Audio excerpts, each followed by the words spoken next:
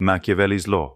Why being too kind is slowly destroying you. They told you to be kind so you would be safe. They told you kindness protects you. That kindness makes people like you. That kindness keeps you accepted, included, and out of trouble. They told you the world rewards good people. They told you that if you are patient enough, tolerant enough, forgiving enough, everything will eventually work out in your favor. They taught you this early, not as advice, but as a rule, a moral law you were expected to follow without questioning it. Be patient, be understanding, avoid conflict, don't argue, don't confront, don't make things uncomfortable, don't push back. They told you to forgive quickly, to tolerate endlessly, to stay calm no matter how much pressure you were under, to prove your worth by enduring more than others. But no one ever explained what this kind of kindness actually costs in the real world. Because if all of this were true, if kindness truly created safety and protection, then kind people would be the most secure people on earth. But they're not. Instead, they are often the ones who get hurt first, ignored first, used first, blamed first, discarded quietly once they've served their purpose. If kindness alone created security, then the most empathetic people would be the most respected, but they're usually not. If being good guaranteed protection, then the most generous people would never be betrayed, yet they are often betrayed the hardest. So the problem is not kindness itself. The problem is the lie you were told about how the world actually works. Here is the truth most people never hear. Excessive kindness does not create safety. It creates predictability, and predictable people are easy to manage, easy to pressure, easy to manipulate, easy to exploit. The world does not respond to who you believe you are on the inside.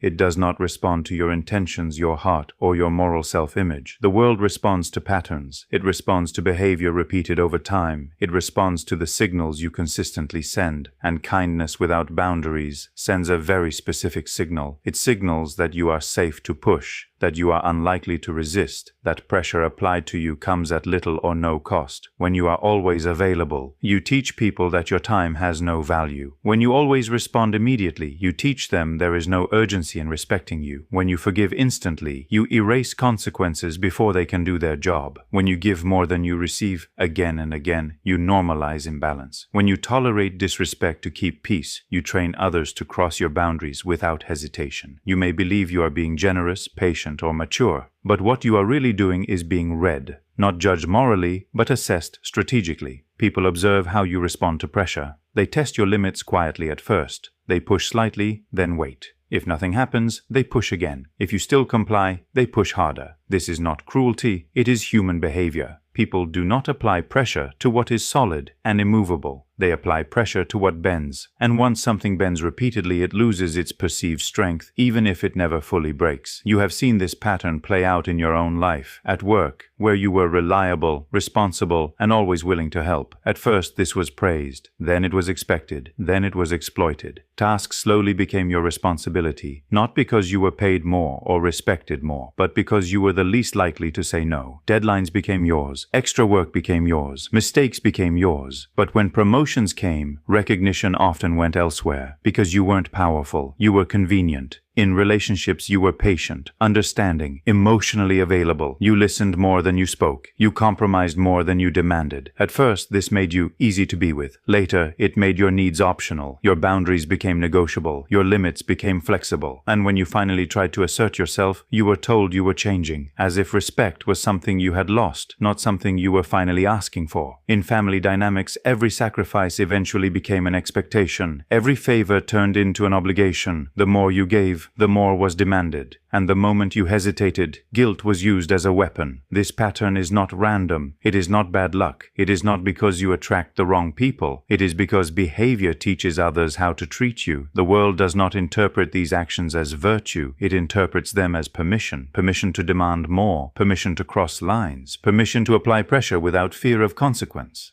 Wherever weakness is visible, exploitation eventually follows. Not always violently, often quietly, politely, and gradually. This is what Machiavelli understood centuries ago. He did not study people as they wanted to be seen. He studied them where power, incentives, and consequences existed. He observed leaders who ruled with excessive kindness. At first they were admired, then they were doubted, then they were ignored, and finally they were removed. He saw generosity without authority fail repeatedly. Those who gave endlessly did not earn loyalty. They created dependency, and dependency is not respect. Machiavelli wrote something uncomfortable but accurate. Ethics without power is not protection. It is an invitation to pressure, an invitation to manipulation, an invitation to disrespect. The problem is not that you are a good person. The problem is that your goodness has no cost attached to it. And where behavior has no cost, it will be repeated. When people know you will always forgive, forgiveness loses value. When they know you will always stay, your presence becomes guaranteed. When they know you fear conflict, they control the interaction. Machiavelli never told people to be cruel. He warned them not to be naive. He understood that most people do not confuse weakness with virtue. They recognize weakness, and they use it when it benefits them. Kindness becomes power only when it is chosen, not when it is forced by fear of rejection, guilt, or the need for approval. Real power comes from options, from the ability to say no without explanation, from the ability to walk away without apology, from the ability to create consequences without raising your voice. Power is boundaries. Power is restraint. Power is unpredictability in a world that looks for patterns to exploit. The strongest people are not always kind, but when they are kind, everyone knows they could have chosen otherwise, and that knowledge creates respect. If you do not understand this, the world will teach you, through being ignored, through being undervalued, through quiet humiliation. But if you do understand it, you can still be human, you can still be compassionate, you can still be kind, without being a victim. If you want to identify the blind spots that keep turning you into prey, if you want to understand how power actually works beneath the surface, then subscribe to the channel. What comes next is not for people who want comfort. It is for those who refuse to be destroyed by being too kind.